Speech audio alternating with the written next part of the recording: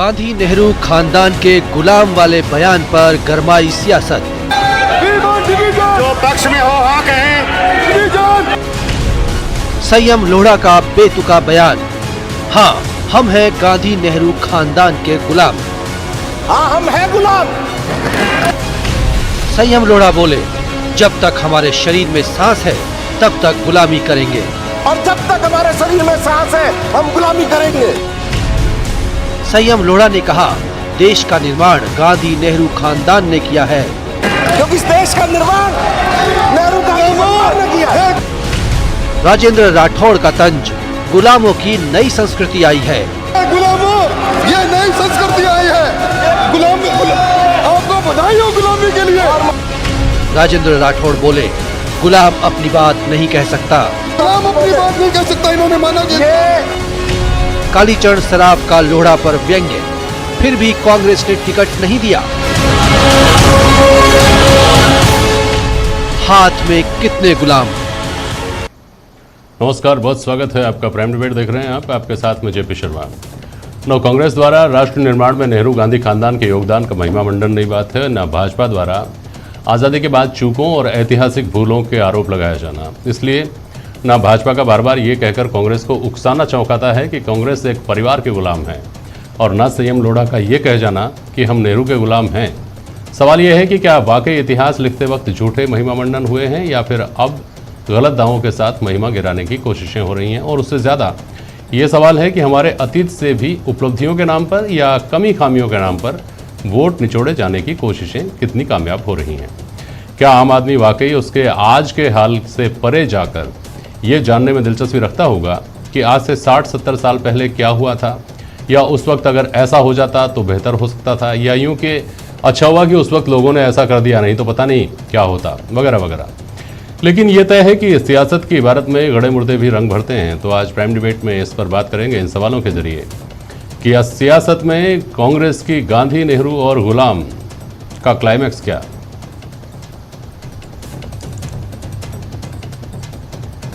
नेहरू के योगदान पर बार बार सवाल की सियासत क्या कहती है।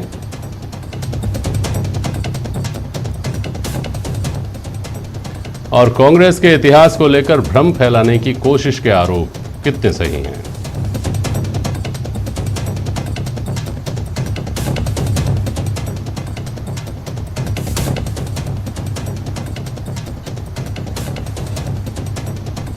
कांग्रेस प्रवक्ता राजेंद्र मेघवाल साहब हमारे साथ हैं, रामलाल शर्मा जी विधायक और भारतीय जनता पार्टी के नेता हमारे साथ जुड़े हुए हैं, महेश शर्मा जी वरिष्ठ पत्रकार, और डॉक्टर वरुण हमारे साथ जुड़े हुए हैं।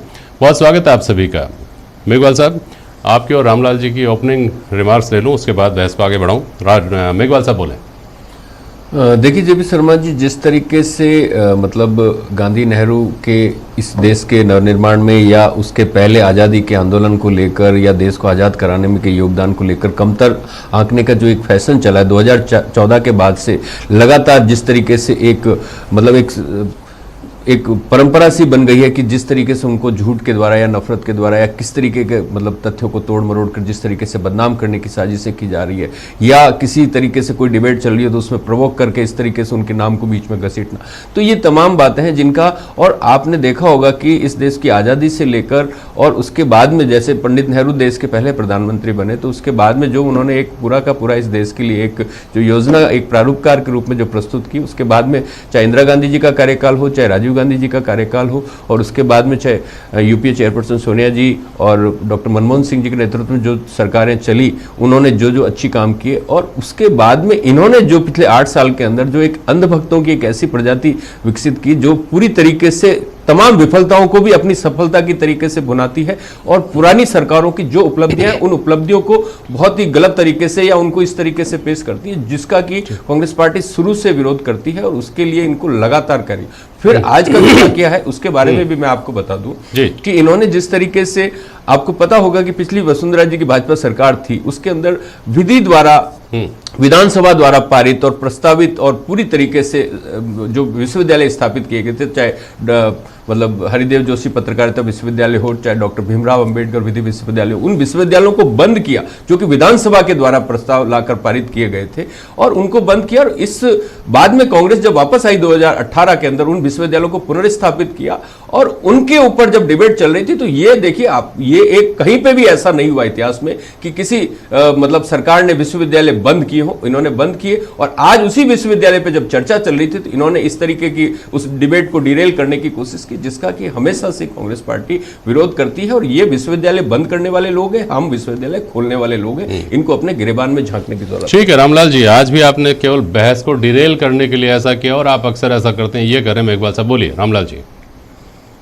देखिए जेपी शर्मा जी, मैंने पूरी बात राजेंद्र जी की पूरी धैर्य के साथ सुनी है। हाँ। और मुझे पूरी उम्मीद है कि राजेंद्र मेरी बात को पूरी आप बिल्कुल सुनेंगे, मैं आश्वस्त करता हूँ आपको उनकी तरफ से। बोलिए। आजाद होने के बाद में लोकतांत्रिक व्यवस्था इस देश के अंदर लागू हुई। पार्टियों से भी अपेक्षा की गई कि उन पार्टियों के अंदर भी आंतरिक लोकतंत्र रहे, लेकिन आंतरिक लोकतंत्र सिर्फ कहने के लिए है, कांग्रेस के लिए, करने के लिए नहीं है। आजादी के बाद नेहरू जी की जैसा वो चाहते थे वैसी सत्ता का संचालन करने का काम किया। नेहरू जी के बाद में ने किया, इंदिरा जी के बाद में राजीव गांधी जी ने किया, और वर्तमान में सोनिया गांधी जी इस समय अपनी कांग्रेस पार्टी के निर्णयों को थोपने का काम कर रही है। आंतरिक लोकतंत्र इस आधार के ऊपर नहीं है, क्योंकि अगर आंतरिक लोकतंत्र होता तो आज देश के प्रधानमंत्री तत्कालीन समय के अंदर सरदार वल्लभ भाई पटेल होते हैं, पंडित जवाहरलाल नेहरू नहीं होते, क्योंकि उनके पक्ष में कोई भी नहीं था। लेकिन ये आंतरिक लोकतंत्र को मानते नहीं। अब आ जाइए कि मुद्दे की बात, हम इतिहास के पन्नों से हम सीख लेते हैं, और इतिहास के पन्नों में अगर गलत कार्य किया है उसको क्यों नहीं इंकित करेंगे। हम इमरजेंसी के ऊपर ढोल बजा के स्वागत करें, क्या आपने इमरजेंसी लागू करके अच्छा काम किया था। 84 के अंदर दंगों के अंदर लाहौलुआन करने वाले देश के कांग्रेस के कार्यकर्ताओं के द्वारा, तो वो अच्छा काम था, उसका गुणगान करें हम आपके लिए। आप जिस तरीके से आपकी पार्टी चल रही है, और फिर आज विधानसभा के अंदर बड़ी खुशी की बात है, आपने कहा कि अंबेडकर विश्वविद्यालय और हरदेव जोशी पत्रकारिता विश्वविद्यालय, दोनों विश्वविद्यालय बंद करने का काम नहीं किया, हमने दूसरे इंस्टीट्यूशन के अंदर मर्ज करने का काम किया था। अब मैं आपसे पूछता हूं राजेंद्र जी, आपके इन दोनों विश्वविद्यालयों के अंदर क्या है? हमने तो करोड़ों रुपए लगाकर और बाबा साहब अंबेडकर की पीठ जमरामगढ़ के अंदर स्थापित करने का काम किया था। कितने स्टूडेंट है आपके, कितने स्टूडेंट है बाबा साहब अंबेडकर विश्वविद्यालय के अंदर? 52 स्टूडेंट है। आपकी पत्रकारिता में कितने हैं? 66 स्टूडेंट है। 66 स्टूडेंट तो एक क्लास के एक सेक्शन के अंदर होते हैं 66 स्टूडेंट को, और आप उसको नाम दे रहे हो विश्वविद्यालय का। दिखावा कुछ करते हो, काम कुछ नहीं करते। अगर आपकी जिज्ञासा है कि देश के प्रदेश के अंदर पत्रकारिता के क्षेत्र के अंदर अच्छा काम होना चाहिए, अच्छे लोग तैयार होने चाहिए, अच्छे लोग शिक्षा अर्जित करनी चाहिए, तो आपको उसके लिए बजट का खर्च करना चाहिए। आपका विश्वविद्यालय चाहे बाबा साहब अंबेडकर का हो और चाहे हरदेव जोशी जी के पत्रकारिता को, एक एक कमरे के अंदर चल। अब रही बात संयम लोढ़ा जी की, भारतीय जनता पार्टी सिर्फ अपना पक्ष रखने का काम करेगी, और इन्हीं के संयम लोढ़ा जो इंडिपेंडेंट है, कांग्रेस के सिंबल के ऊपर जीत के आए हुए नहीं है। मुख्यमंत्री जी के सलाहकार जरूर है, उन्होंने कहा कि हाँ है, हम नेहरू और गांधी खानदान के गुलाम है, और उन्होंने यहां तक कहा कि मेरे शरीर में जब तक जान रहेगी तब तक कतरे कतरे का नेहरू और गांधी के गुलाम रहेंगे। तो भैया देश को आजाद हुए तो 70 साल से अधिक टाइम हो गया, अब भी आप गुलामी की मानसिकता लेकर क्यों जिंदगी जीवन यापन करने का काम कर रहे हो? अब तो अपनी अभिव्यक्ति की आजादी सबको है, अपने निर्णय लेने की आजादी सबको है। आप इस लोकतंत्र व्यवस्था में चलोगे तो इस समय वास्तविकता यह है कि जो चीजें सही है उसको स्वीकार करना चाहिए, और जो चीजें गलत है उनका विरोध भी करना चाहिए। अब गुलामी के आधार के ऊपर आप चलोगे तो भैया आपका कर सकते। ठीक है रामलाल जी। मेघवाल साहब, अब थोड़ा सा इसको इस परिप्रेक्ष्य में देखते हुए कि कश्मीर फाइल्स को लेकर के विवाद, अल्पसंख्यकों के तुष्टीकरण के आपके ऊपर लगने वाले बार बार जो आरोप हैं वो, और भारतीय जनता पार्टी का हर चुनाव में, छोटे से छोटे चुनाव से लेकर बड़े से बड़े चुनाव तक, हमेशा परिवारवाद का, वंशवाद का लेकर सबसे बड़ा हमला कांग्रेस पर रहता है। उसके रोशनी में अगर देखें तो आपके पार्टी के तकनीकी तौर पर ना सही संयम लोढ़ा आपके पार्टी के सदस्य, लेकिन व्यावहारिक तौर पर वो कितने कांग्रेसी हैं सब जानते हैं। उनका ये कहना कि हाँ हम गुलाम हैं, ये क्या भाजपा को इतना बड़ा सुविधा नहीं देता क्या कि वो आपके ऊपर वंशवाद के और परिवारवाद के आरोप इस तथ्य के साथ लगाएं कि देखिए आप तो सदन में खड़े होकर बोल रहे हैं कि हम गुलाम हैं? मेघवाल साहब। जेपी शर्मा जी, मैंने जैसा रामलाल शर्मा जी का पूरा सुना, और उन्होंने कहा कि कांग्रेस में आंतरिक लोकतंत्र नहीं, तो मैं पहले तो उनके आंतरिक लोकतंत्र वाली बात पे जवाब दे दूं। आंतरिक लोकतंत्र की ये बात करते हैं, लेकिन इस देश के अंदर भाजपा को 330 303 सांसद जिताकर दिए हैं, लेकिन मुझे नहीं लगता कि किसी पार्लियामेंट्री बोर्ड की मीटिंग के अंदर या किसी भी इनकी सांसदों की मीटिंग के अंदर किसी सांसद को बोलने दिया जाता है। दूसरा मैं बता दूं आपको कि कोई भी कैबिनेट की मीटिंग के अंदर कोई कैबिनेट मंत्री का कोई डिसीजन मैंने सुना नहीं है, सिर्फ और सिर्फ 2 लोग डिसीजन करते हैं और वही चीज हो जाते हैं। तो लोकतंत्र की बात कम से कम इनके मुंह से अच्छी नहीं लगती। फिर मैं आपको बताना चाहता हूं कि अभी आपने देखा होगा कुछ दिन पहले हिमाचल प्रदेश के शहरी विकास मंत्री हैं कोई मिस्टर सुरेश भारद्वाज जी, उन्होंने कहा था कि मोदी जी तो शिव का अवतार है। अरे भाई क्या है, मतलब भगवान शिव जो कि मतलब नीलकंठ जिन्होंने पूरा का पूरा विष पी लिया इस पूरे विश्व को बचाने के लिए, और उनके बारे में जिस तरीके से उनको जिस तरीके से मतलब वो किया। अभी हाल ही में भी ज्ञानचंद पारक जो पाली से विधायक है वो भी बोल रहे कि भगवान शिव है। अरे भाई क्या मतलब, ऐसे कैसे हिंदू हैं आप कि मतलब एक अदना से आदमी को भगवान शिव के बारे में तुलना कर रहे हैं। अरे भाई आपको देखिए, आप करोड़ों हिंदुओं की आस्था के ऊपर प्रश्न चिन्ह लगा रहे हैं, उनके जो आस्था है उसको भी कटघरे में खड़ा कर रहे हैं। तो आपको सोचना चाहिए कि आपके लिए भगवान शिव की नहीं सुनिए, मैं आपको बता रहा हूं कि आप भगवान शिव को क्या मानते हैं। क्या मोदी जी और भगवान शिव की तुलना सही है? आप मुझे इस बात का बता दीजिए, आप भी एक हिंदू हैं, पंडित हैं, ब्राह्मण हैं, आप मुझे बता दीजिए क्या कोई आदमी भगवान शिव की बराबरी कर सकता है? जिस आदमी के बारे में इतना कुछ है, आज आलोचना करने के लिए हम यहां नहीं बैठे। अब चलिए मैं महेश जी को भी शामिल करूंगा। रामलाल जी, लेकिन जिस तरीके से एक बात करेंगे, राजेंद्र मेघवाल साहब कह रहे हैं मेघवाल जी कि भक्त होने से तो गुलाम होना बेहतर है। व्यक्ति को अगर आप भगवान मानकर पूज रहे हैं और भगवान ही होने का दावा कर रहे हैं तो उससे बेहतर है गुलाम होना।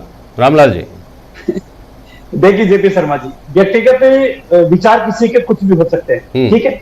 कभी मोदी जी ने यह नहीं कहा कि मेरे को देवता के रूप में पूजो। मोदी जी ने कहा कि मैं सेवक हूं और सेवक की बात ही काम करता हूं। ओहो, नेहरू जी ने कहा था क्या कि मेरे गुलाम बन जाओ? खंडन भी तो नहीं किया। लोकसभा के अंदर पहली बार उन्होंने कहा था कि समय समय के जिनकी भी सरकारें रही है उन्होंने अपने विवेक के आधार के और अपने संसाधनों की उपलब्धता के आधार के ऊपर अच्छा काम किया होगा, देश का विकास किया होगा। उन्होंने कभी आलोचना के आधार के ऊपर नहीं की कि पूर्ववर्ती लोगों ने ये की, लेकिन पूर्ववर्ती सरकारों के नियमित निर्णय किए, निर्णयों की आलोचना तो होगी, क्या निर्णय सही है क्या गलत है। लेकिन मैं ये कहता हूं कि यदि कांग्रेस पार्टी की नीति और नीयत ठीक होती, कांग्रेस पार्टी का विचार ठीक होता, कांग्रेस पार्टी के अंदर अंदरूनी स्वतंत्र होता, कांग्रेस पार्टी के अंदर होकर किसी की कहने की हिम्मत होती, तो कांग्रेस की ये दुर्दशा थोड़ी होती।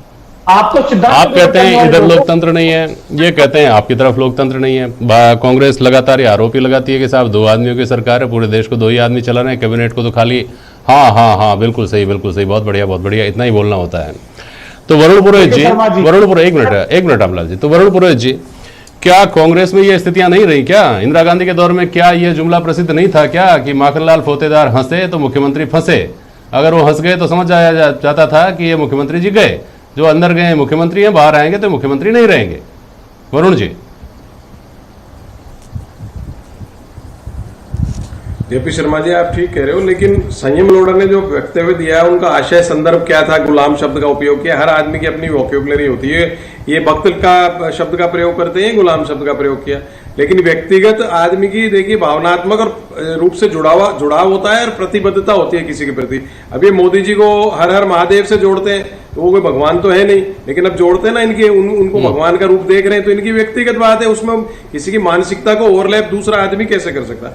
अब आप जो प्रश्न कह रहे हो, इंदिरा गांधी जी के टाइम ऐसा हो गया था, Indira is India, India is Indira का नारा मोहन दारिया वगैरह ने दिया था, वही आज ये कर रहे हैं। ये तो मोदी और इज इंडिया से आगे बढ़ गए, मोदी इज भगवान, मोदी शिव जी करने लगे, तो ये भी वही रूप है। आज की जो वर्तमान स्थिति कांग्रेस पार्टी की है 8 साल से, और जो भारतीय जनता पार्टी की, दोनों इक्वल है स्टेटस पे।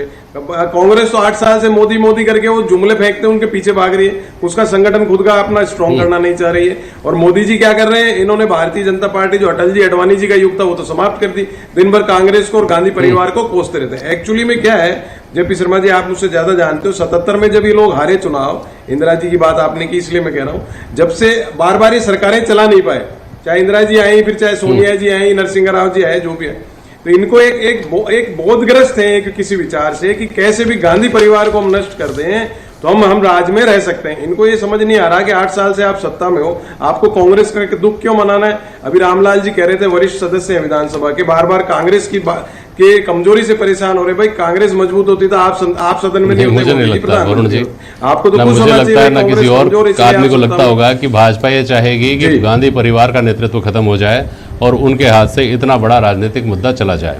महेश शर्मा जी, थोड़ा सा आप देरी से जुड़े हैं, मुझे ये समझाइए कि ये पॉलिटिक्स रह रहकर रेट्रो थीम पर क्यों चली जाती है, फ्लैशबैक में राजनीति क्यों चली जाती है, इसका हासिल क्या है?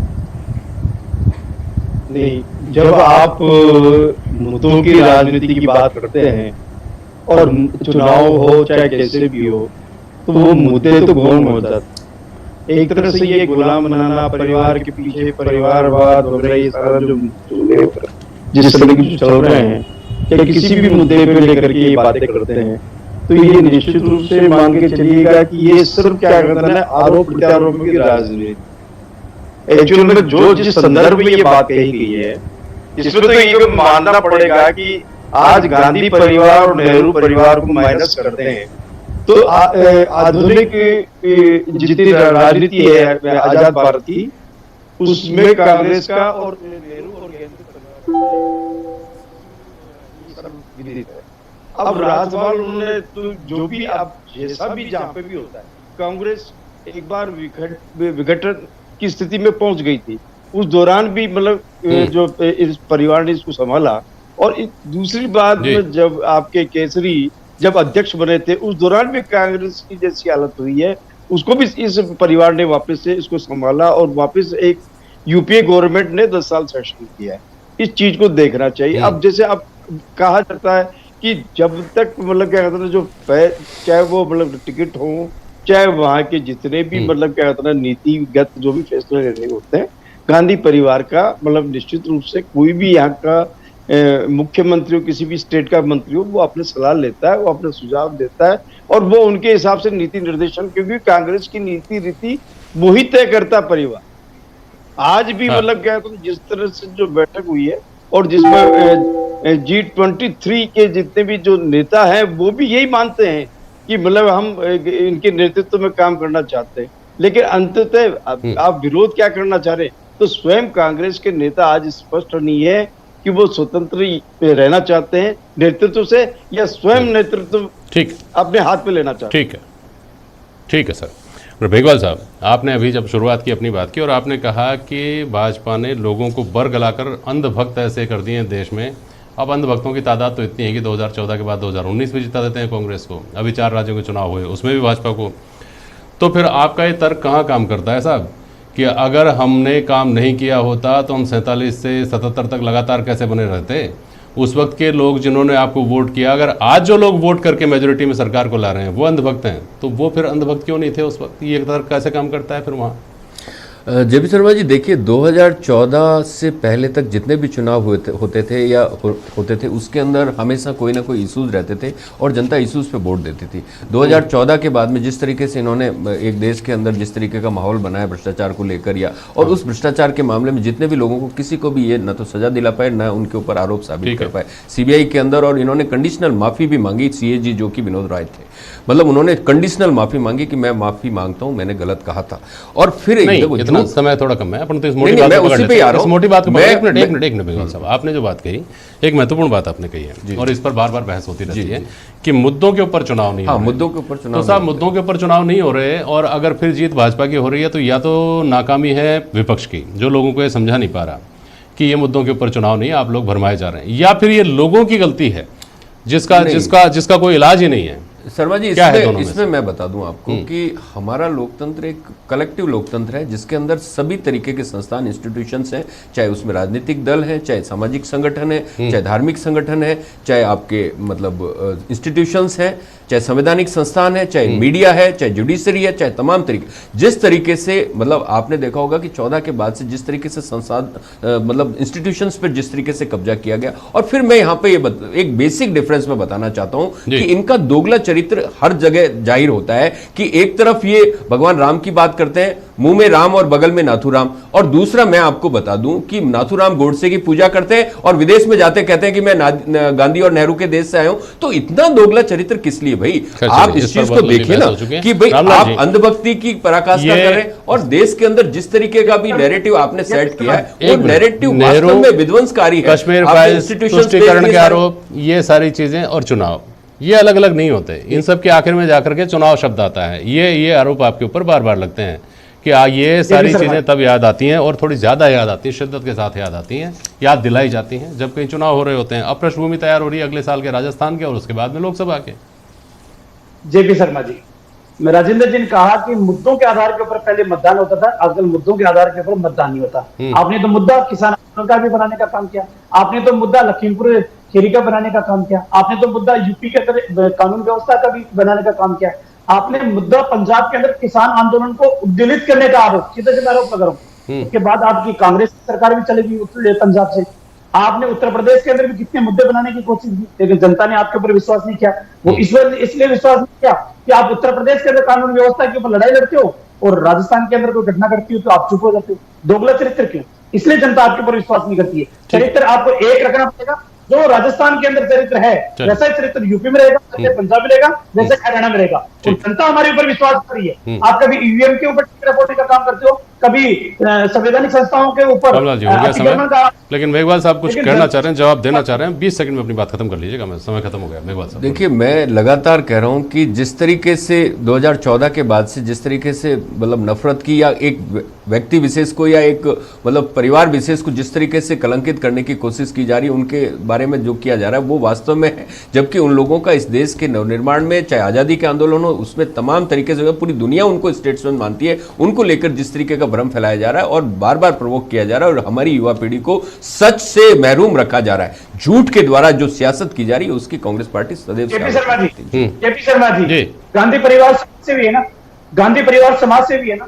मुझे एक फोटो बता दो सोनिया गांधी और इंदिरा गांधी जी की, जो गरीब आदमी को कोविड के दौरान अनाज देते हुए या सहायता करते हुए या आर्थिक सहयोग करते हुए। एक फोटो। रामलाल जी, आपको इंटरनेट ढूंढने की जरूरत है। मैं आपके नंबर पे राहुल गांधी जी के, प्रियंका गांधी जी के सबके फोटो भेज दूंगा, आपको भेज दूंगा मैं। आपने बहुत अच्छी बात कही, समय ज्यादा ही हो गया। बहुत शुक्रिया आप सभी का आज प्राइम डिबेट में शामिल होने के लिए। आज के लिए बस इतना ही, नमस्कार।